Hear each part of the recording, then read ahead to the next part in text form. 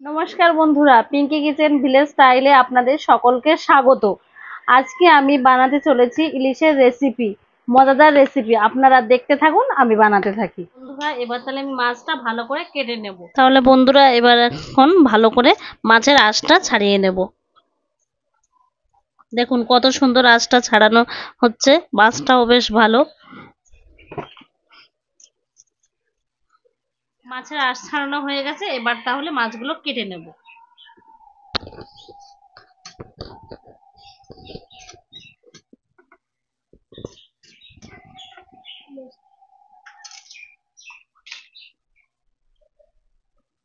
দেখুন বন্ধুরা, মাছটা আমি কিভাবে কাটছি। মাছটাও বেশ ভালো আছে, মাছের তেলও আছে।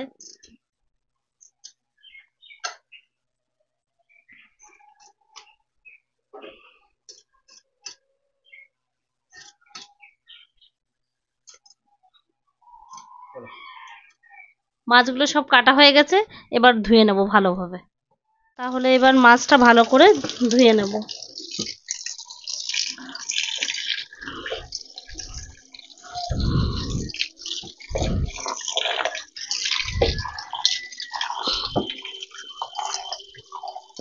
ভালো করে মাছটা ধুয়ে নিলাম। দেখো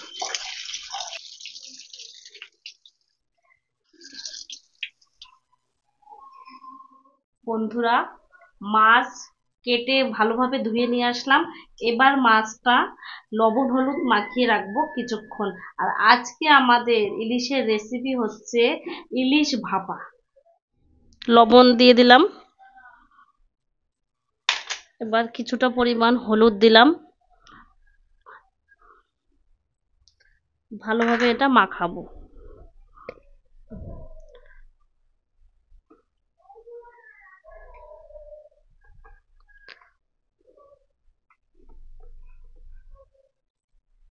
দেখো কি সুন্দর মাখা হয়ে যাচ্ছে।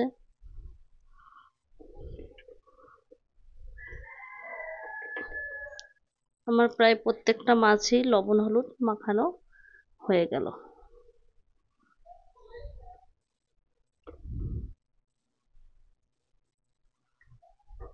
লবণ হলুদ আমার ভালোভাবে মাখানো হয়ে গেছে। এবার আমি মাছটা 5 মিনিটের জন্য ঢেকে রাখবো। এবার আমি মশলাগুলো ভালোভাবে বেটে নেব। কালো সর্ষে, সাদা সর্ষে, পোস্ত, লঙ্কা আর লবণ দিয়ে মশলাগুলো ভালো করে আমি শিলে বেটে নেব। প্রথমে কালো সর্ষে দিয়ে দিলাম, এবার কিছুটা সাদা সর্ষে দেব, এবার দেব পোস্ত, পরিমাণ মতো লবণ দেব, আর কিছুটা লঙ্কা দিয়ে দিলাম। দিয়ে এবার এটা ভালোভাবে আমি বেটে নেব শিলে। মশলাগুলো ভালোভাবে বেটে নিই।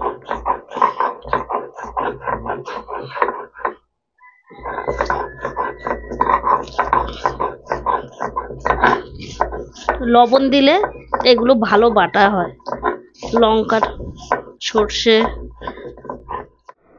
বন্ধুরা দেখুন, মশলাটা পুরো বাটা হয়ে গেল। এবার মশলাটা বাটিতে তুলে নেব।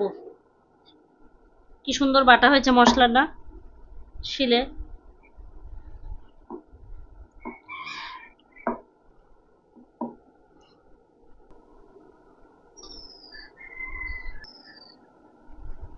দেখুন, আমি এই পাত্রে ইলিশটা ভাপাবো। এবার এই পাত্রটিতে একটু সর্ষের তেল দিয়ে মাখিয়ে নেব। ভালোভাবে তেলটা মাখিয়ে নিই, যাতে মাছগুলো এঁটে না যায়। এরপর সর্ষে, পোস্ত, এই মশলাগুলো যেগুলো বাটা আছে এগুলো এর মধ্যে ঢেলে দেবো। দিয়ে মাছগুলো একবারে মাখিয়ে নেব। মশলাগুলো ঢেলে দিলাম, এবার মাছগুলো এর মধ্যে দিয়ে দেবো এক এক করে সব দিয়ে দিলাম। এবার পরিমাণ মতো লবণ হলুদ আর একটু দেব।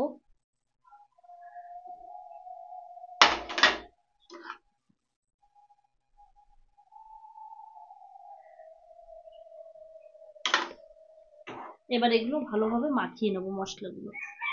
দেখুন প্রত্যেকটা মাছে ভালোভাবে মশলা মাখানো হয়ে গেল। এবার শিল ধোয়া যে জলটুকু আছে সেটুকু এর মধ্যে আমি দিয়ে দেবো।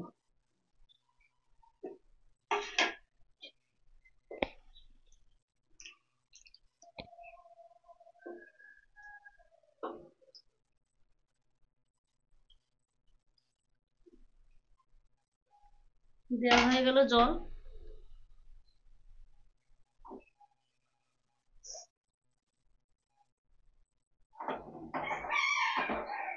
সমস্ত রকম সবকিছু মশলা টশলা দিয়ে গোছানো হয়ে গেল। এবার আমি দেব কটা কাঁচা লঙ্কা উপর দিয়ে।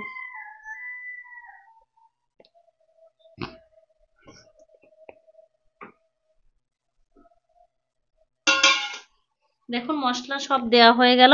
এবার বাটিতে ঢেকে দেবো। কড়াইটি বসিয়ে দেবো। দেওয়ার পর এতে জল দিয়ে দেবো কিছুটা পরিমাণ মতো। জলটি গরম হতে থাকুক, তারপরে আমাদের বাটিটা বসাবো, ইলিশ ভাপার বাটিটা। বন্ধুরা জল তো দেখুন ফুটে গেছে। এবার তাহলে আমাদের ইলিশ ভাপার বাটিটা বসিয়ে দিলাম সুন্দরভাবে। এবার কিছুক্ষণের জন্য এটা ঢাকা দিয়েও রেখে দেবো। এইভাবে 20 মিনিট থাকবে। বন্ধুরা ইলিশ ভাপার বাটিটি দিয়ে দিলাম। এবার ঢাকনাটি ঢাকা দিয়ে এটা 20-25 মিনিট মতো থাকবে। ততক্ষণ আপনারা সাথে থাকুন, দেখতে থাকুন। দেখুন বন্ধুরা, আজকে আমাদের বাড়ি ইলিশ ভাপা হচ্ছে। তো আমার ছেলে এই গন্ধ শুকে চলে এসেছে, রান্না হওয়ার আগেই এসে আমার পাশে বসে আছে। আমি ইলিশ মাছ খুব খেতে খুব ভালোবাসি, তাই আমার লেজটা আমাকে দেবে। বন্ধুরা 20 মিনিট হয়ে গেছে। এবার আমরা ঢাকনিটি খুলে দেব।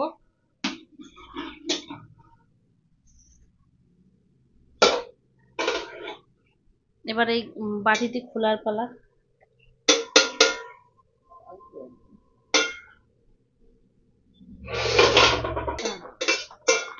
না, ঢাকনিটা এবার খুলবো, খুলে দেখাবো।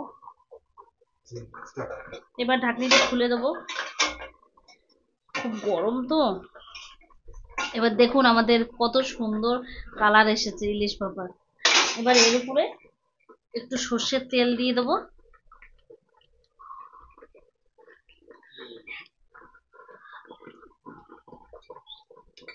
দেখুন বন্ধুরা আমাদের ইলিশ ভাপাটি কত সুন্দর হয়েছে। ভালো লাগলে বন্ধুরা, আমার ইলিশ ভাপা তো কমপ্লিট। এবার আমি এখন আমার বাড়ির সদস্যদের খেতে দেবো।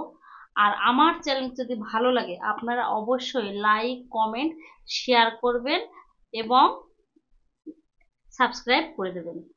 এরা খেতে বসেছে, এদেরকে এবার খেতে দেবো। খেয়ে বলুক ইলিশ ভাপাটা কেমন হয়েছে।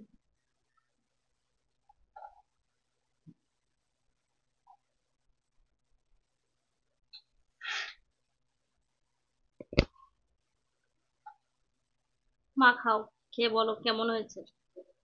গপু খাও, তুমি তো অনেকক্ষণ ধরে বসেছিলে রান্নার কাছে, তোমার খুব খিদে লেগেছে। এবার খাওয়া শুরু করো, দেখো কেমন হয়েছে, খেয়ে বলো।